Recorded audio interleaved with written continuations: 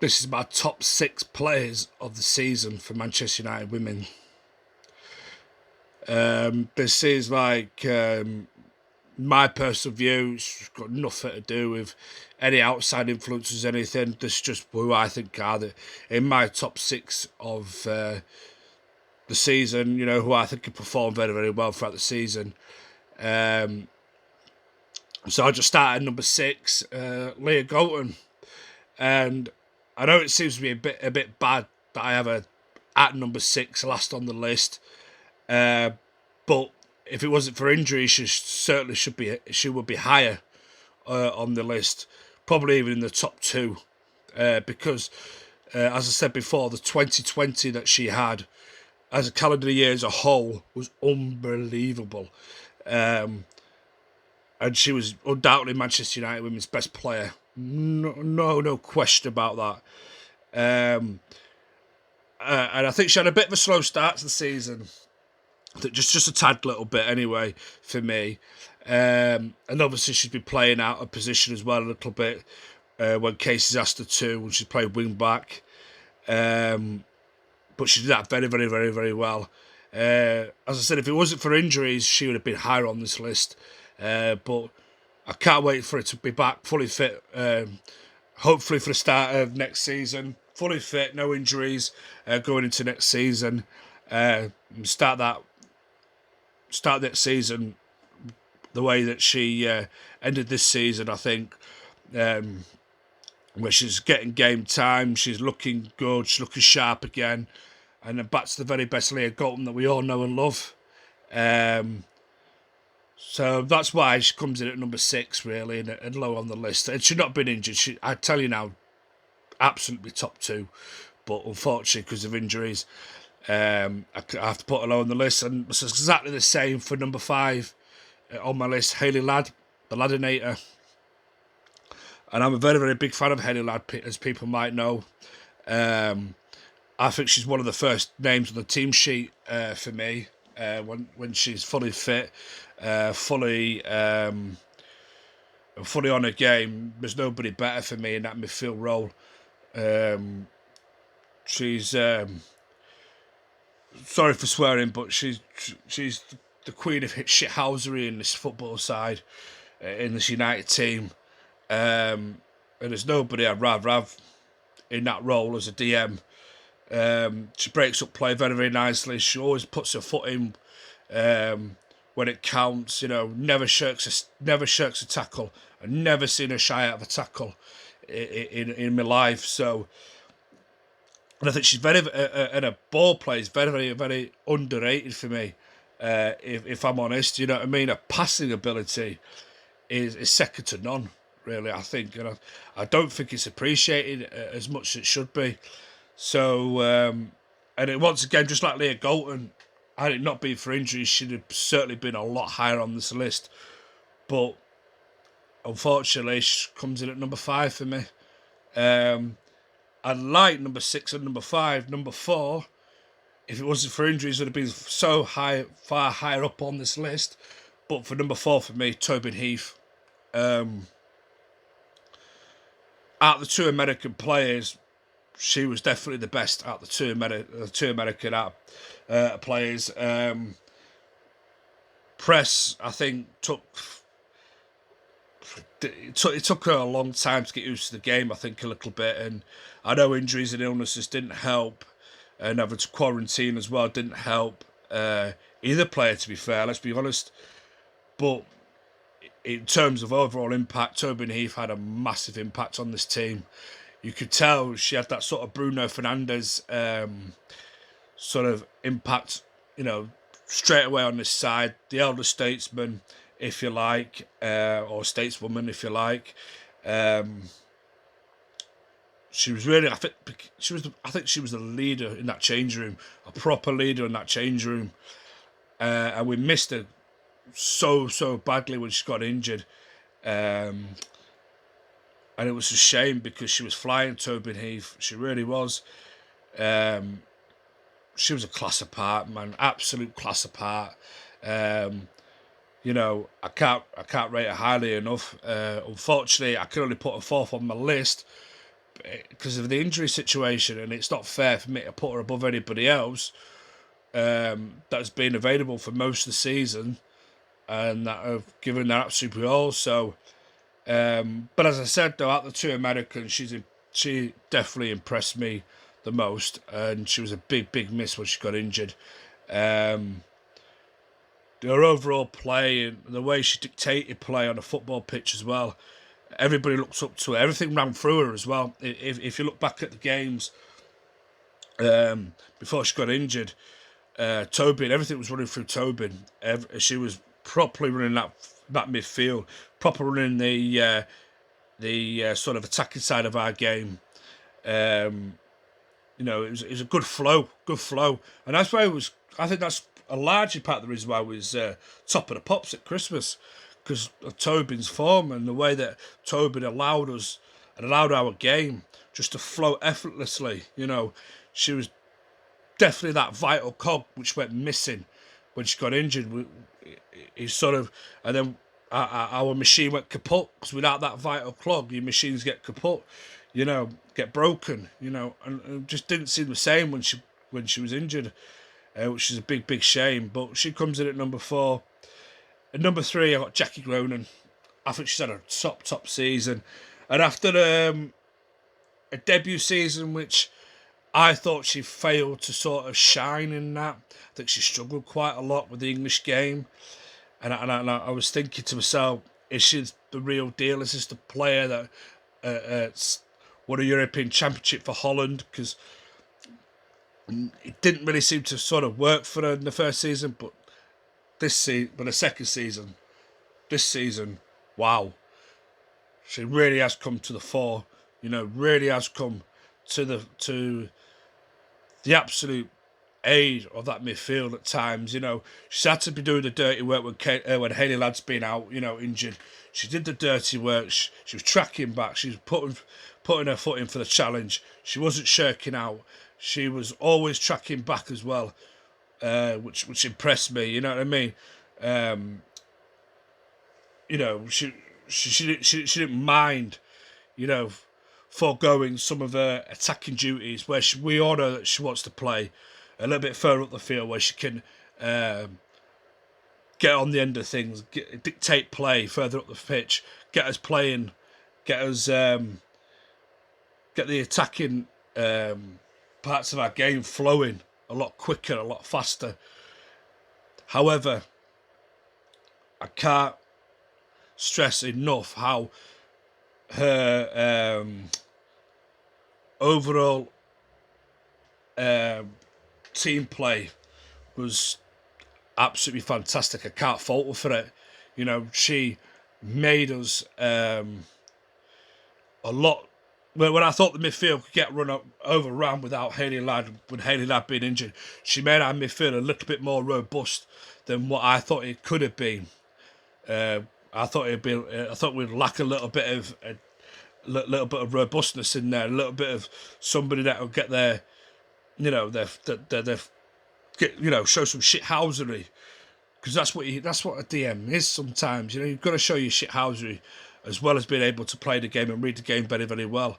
And I think fair play to her, she did a top job, but it was at the detriment to our attacking play, because she couldn't be effective up in the attacking areas where we wanted her, because she had to do the unselfish job of trying to cover in for Hayley Ladd, you know, try and fill in that void when Hayley got injured. But absolutely top season, and we get a DM that's in that sort of covers Hayley Ladd if Hayley does get injured again, that allows Jackie then to just keep playing further up the pitch, to keep us going, to keep us ticking. I think that would be the best for everybody, because that's where Jackie Cronin is at her most dangerous, when she's allowed to dictate play, when she's allowed to, you know, make something happen in the final third. That's where you want Jackie Cronin, in the final third. But, however, what a top season she's had this season. And before I get on to my top 2, I will give a few honourable mentions. One is Mary Earps. I think she deserves honourable mention because she's come in for a bit of flack this season. Unjustly for me, unjustly. She's a top keeper, and I think people should just lay off her a little bit. Does she need competition? I think just to push her to the next level. I think so. She needs somebody that even is a number 2 that will give her a little bit more of a challenge than Emily Ramsey or Frank Bentley could give her. I think both Emily Ramsey and Frank Bentley need a loan move out, for a season, both of them for a whole season, to get them some valuable experience. And we need to bring in a valuable goalkeeper with experience, hardened experience, to come and push Mary Earps just to that next level. But nonetheless, she's been a fantastic player. Second shout out is going to go to Leslie Rousseau. I think again, if it wasn't for injuries, she'd have featured on this list. In the top 6 somewhere, top 3 probably. She was on fire. Striker that we need, someone that knows where the onion bag is. But unfortunately, injury curse strikes again for United. It was disappointing, man, because she was flying. She was another player that took to this team like a duck to water.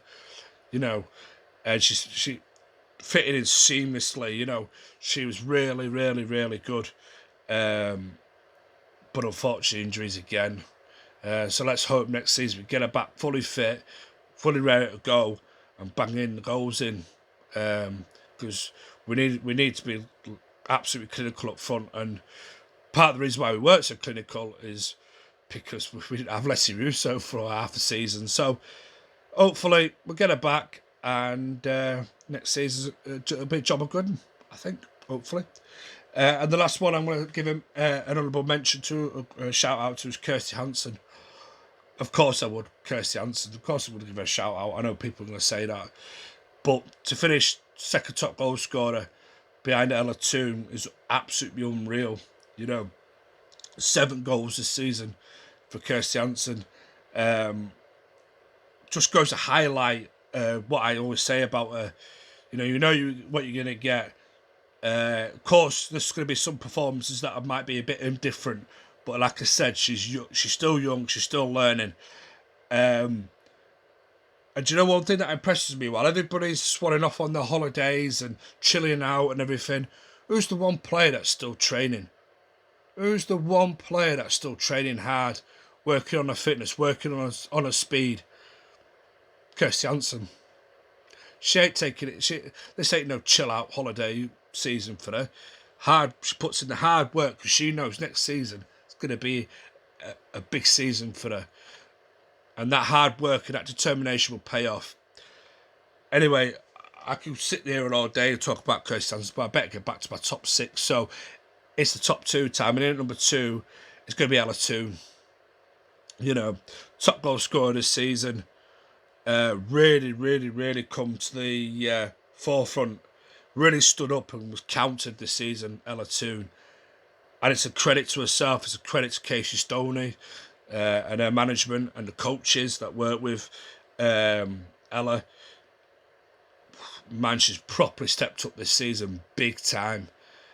She deserves a call up to Team GB. I wouldn't have had her on a standby list or a reserve list or whatever it's called. She should have been straight in the squad straight away. However, still a very, very good, well-deserved call up to Team GB. And she's filling the gap really for us. We're struggling to score, we're struggling to be clinical. And we've got our... and she's not even a centre forward. And we've got a non-centre forward, a midfield player, if you will. Scoring goals for us, being our top goal scorer. Taking ownership of trying to get us goals, trying to make us move in the final third, trying to get us up and running, trying to make us a little bit more clinical.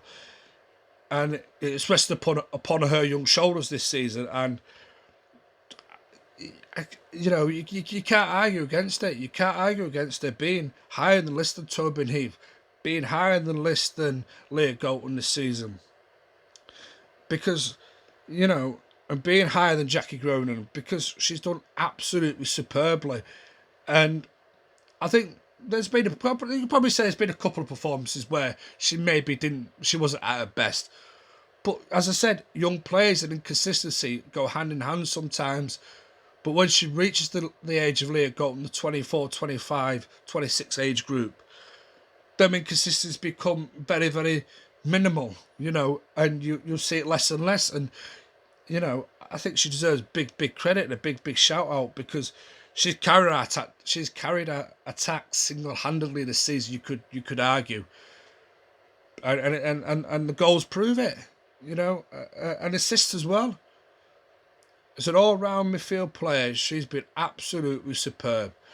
And the only reason why she isn't number one is because, the player that deservedly is number one, which everybody's voted for, I think, for their player of the year.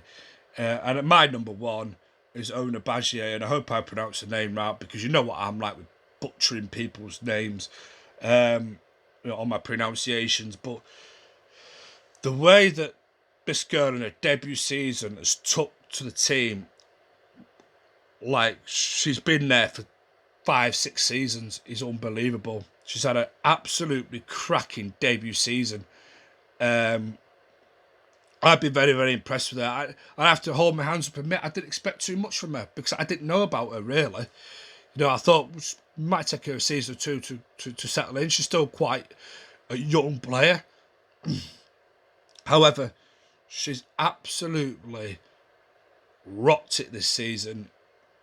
She is. She's made the position her own. She's absolutely come in and rocked it. And to be fair, she's been our best defensive player this season as well.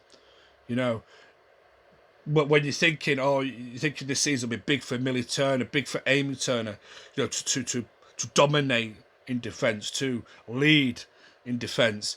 And it's really been young Ona she's been the one that's been leading from the back all season. With her performances, I can't remember off the top of my head if I've ever seen her have a bad performance. Every performance has been at least 7 out of 10. I don't think she's ever had anything below a 7 out of 10 performance, which is an absolute credit to her. Somebody that can tackle. She's someone that can tackle, that reads the game very well, but also coming forward, she possesses a danger. She's got good passing ability. She's got a good passing range. She can get by players. She's got a good bit of pace on her. And I think the sky's the limit for her. She could go on to be one of the best full-backs in the world. I have every confidence in that. I just think that we should, maybe get someone on the opposite full-back flank. The opposite flank to complement her now. You know what I mean? So there's that equal distribution of 2 decent wing-backs going forward and backwards together. And having both our wings be dangerous to opposition, because we all know down that side, especially with we all know down one side that we're good, especially with the understanding she has with her winger. If we can have that for both sides, and somebody that's equally as good as Ona, and we've got that option going about both sides, we'll be absolutely unreal next season. And I just hope that we can find that sort of hidden gem, because that's what she was for me, a hidden gem, because I've never heard of her.